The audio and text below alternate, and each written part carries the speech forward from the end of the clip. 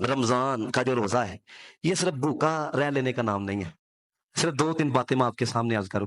اگر آپ چاہتے ہو نا روحانیت نصیب ہوا ہے, آپ کی عبادتیں قبول ہوئے ہیں, سب سے پہلی بات اپنی نظر کی حفاظت کرنا.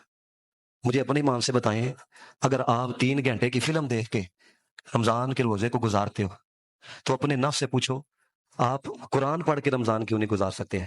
میرا آپ سب سے سوال ہے, کتنے کو لوگ ہیں اتنے رمضان آئے ہیں جنہوں نے پورے قرآن کی تلاوت کی ہو؟ قرآن ہے, یہ رب کا کلام ہے, یہ تو وہ ہے.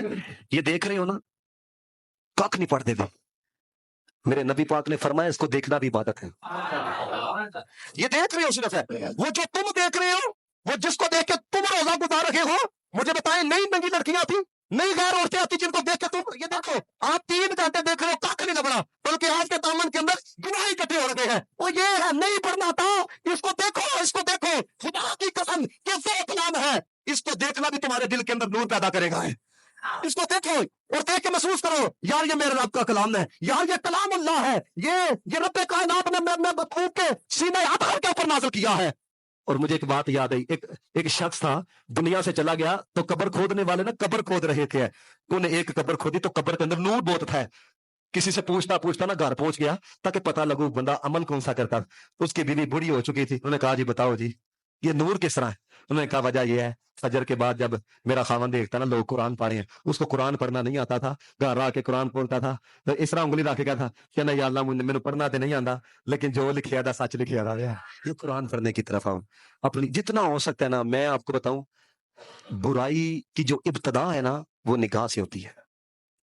یار جب آپ کے نبی نے یہ کہہ دیا ہے یہ میں تاروں کو ننگا کروں, میں آپ میں سے کسی کو آ کے کہوں لگاؤ ہاتھ اس ننگی تار کو, جتنا مرضی میرے سے کوئی محبت کرنے والا ہوگا نا ننگی تار کو ہاتھ نہیں لگائے گا اگر پیچھے سے کنیکشن آ. کیوں؟ اس نے کسی سے سننا ہے ننگی تار پہ ہاتھ رکھا جائے جان جا سکتی ہے, تکلیف ہوتی ہے. تو یار یہ تمہارے نبی نے کہا ہے, حضور نے فرمایا نگاہ بگڑتی ہے تو دل بگڑتا ہے, جب دل بگڑتا ہے تو سارے عذاب بگڑ جاتے ہیں. تو یہ حفاظت کس نے کرنی؟ یہ آپ کو پتا ہے پچھلے جمعے کی نشست کے اندر بھی ایک بات میں نے آپ سے عرض کی تھی کہ یار اگر عبادت کی لذت چاہتے ہو نا تو اس کے لیے گناہ کو ترک کر کے دیکھو ہے. اور دوسری بات جو میں آپ سے عرض کرنا چاہتا ہوں, اپنی زبان کی حفاظت کرنا. روزہ رکھا تھا بندہ ماں بہن دیا گالاں کٹ دیا ہے, شرم نہیں آتی ہے؟ روزہ رکھا ہوا ہے دکاندار سے جھوٹ بول رہا ہے. میرے نبی پاک نے فرمایا جھوٹ بول کے سامان بیچو گے نا, فرمایا سامان بک جائے گا, برکت نہیں رہے گی ہے. اب میں آپ سے پوچھتا ہوں جو 1,20,000 روپے کماتے ہیں اور جھوٹ بول بول کے حضرت والا سودا بیچتے ہیں, آپ ان میں سے اکثر کو دیکھو گے وہ کہتے ہیں یار 1,20,000 نہ بھی گزارا نہیں ہوتا.